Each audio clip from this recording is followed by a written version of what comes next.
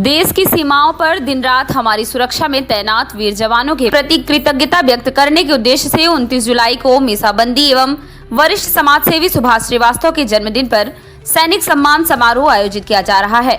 आयोजित होने जा रहे इस समारोह में सेना से जुड़े वीर सैनिकों और पूर्व सैनिकों का सम्मान किया जाएगा। आयोजन का संदेश साफ है, जन्मदिन केवल उत्सव का नहीं बल्कि समाज और राष्ट्र के प्रति सम्मान और जिम्मेदारी का भी अवसर है। आखिर इस सम्मान समारोह की क्या है खासियत, इस संबंध में आयोजकों ने खबर आप तक से क्या बात साझा की है, आइए सुनते हैं। नमस्कार, आप देख रहे हैं खबर आप तक। मैं हूं टीपी सिंह। रीवा में एक ऐसा आयोजन होने जा रहा है जो सिर्फ जन्मदिन का उत्सव नहीं बल्कि समाज सेवा, लोकतंत्र, सम्मान और राष्ट्रभक्ति की भावना का प्रतीक साबित होने जा रहा है। हम बात कर रहे हैं प्रख्यात समाजवादी विचारक, चिंतक मीसाबंदी सुभाष श्रीवास्तव जी के जन्मोत्सव के कार्यक्रम की।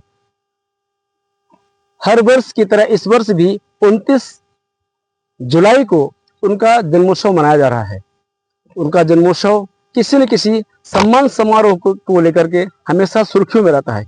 इस बार ये चर्चा है कि सैनिकों के सम्मान समारोह को आयोजित किया जा रहा है उनके जन्मदिन पर।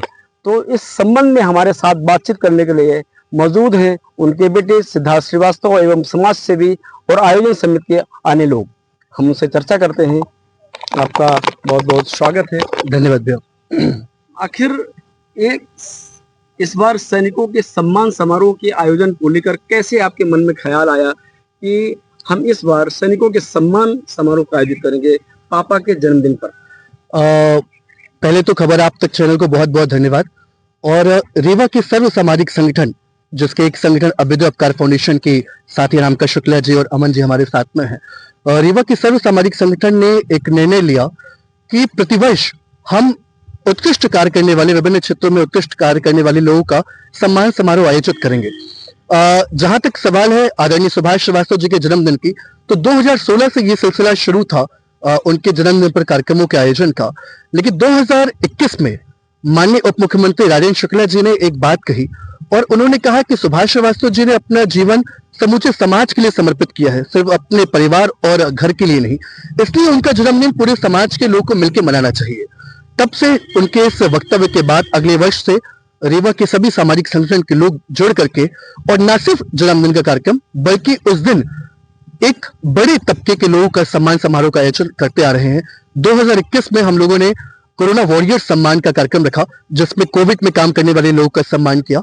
इसके अलावा 2022 में पत्रकारों का सम्मान किया। 66वें जन्मदिन पर 66 पत्रकारों का सम्मान, मीडिया कर्मियों का, लोकतंत्र के चौथे स्तंभ के ध्वजवाहकों का।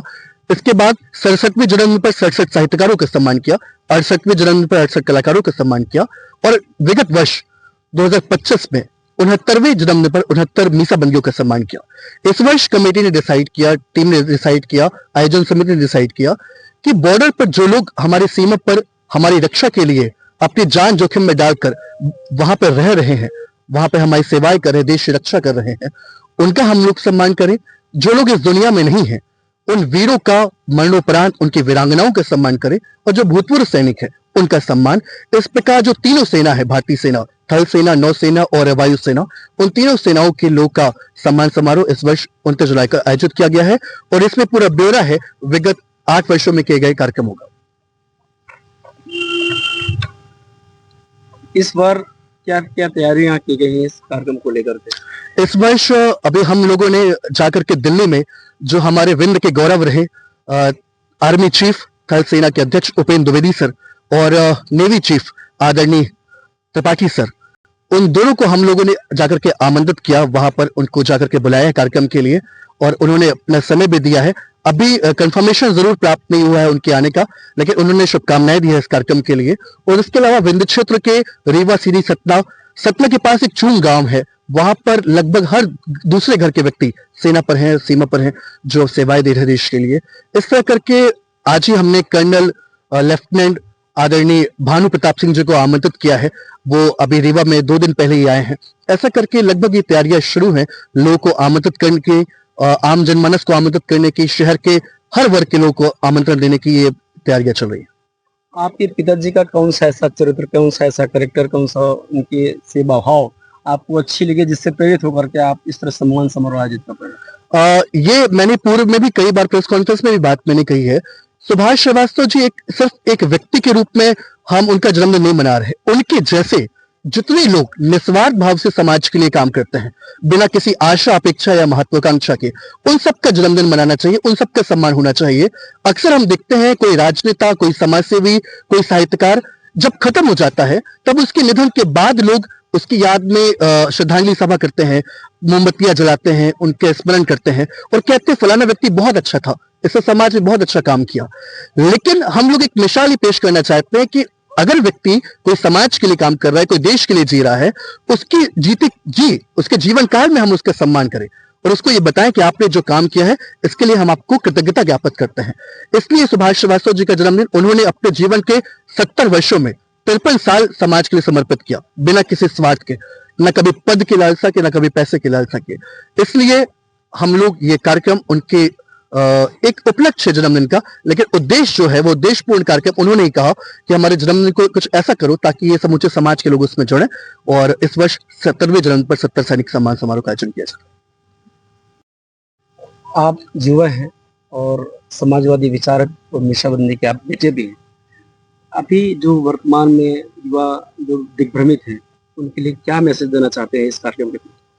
इस कार्यक्रम के थ्रू सबसे पहले हम युवाओं को और जितने लोग हैं, युवा पीढ़ी, उनको ये संदेश देना चाहते हैं कि हमें अपने पुरखों को नहीं भूलना चाहिए। यदि हम किसी शायर ने लिखा है कि अपने पुरखों की विरासत को बचा के रखना, वरना अगली बरसात में ये दीवार भी ढह जाएगी। तो अगर हम नई पीढ़ी को बताएंगे कि साहित्यकारों का सम्मान किया जाना चाहिए, समाजसेवियों का सम्मान किया जाना चाहिए और अगले वर्ष 71वें जन्मदिन पर हम लोग चिकित्सक सम्मान समारोह करेंगे, उसके बाद शिक्षक सम्मान समारोह करेंगे, तो ये इसलिए ये कार्यक्रम आयोजित होने चाहिए ताकि जो नई पीढ़ी है, जो नई पौध है, उसको समझ में आए कि जो हमारे पुरखे हैं वो जो काम करके गए हैं, हम उनके जैसा न बन पाए तो कम से कम उनके मार्ग पर चले। तो अगर हम अपने महापुरुषों, शहीदों, क्रांतिकारियों और चिंतकों के पथ पर चलते तो आज ये जितनी घटनाएं समाज में हो रही हैं, व्यभिचार, भ्रष्टाचार, ये चीजें नहीं होती। इसलिए मेरा संदेश सिर्फ इतना है युवा पीढ़ी से कि हम इन कार्यक्रमों के माध्यम से ये सीख लें कि हम जो समाज में अच्छा काम करें उनके प्रति कृतज्ञता ज्ञापित करें और हम भी उनके पथ पर, उनके मार्ग पर चलकर अच्छा इंसान बनने की, अच्छा नागरिक बनने की दिशा में आगे बढ़ सके। ये थे आयोजन समिति के सभी सदस्य। एक मीसाबंदी के संघर्ष को नमन और देश की रक्षा करने वाले सैनिकों के सम्मान के प्रति जो ये आयोजन होने जा रहा है उसके बारे में आपने विस्तृत जानकारी दी। उसी तरह से अपडेट लेने के लिए देखते रहिए खबर अब तक। धन्यवाद।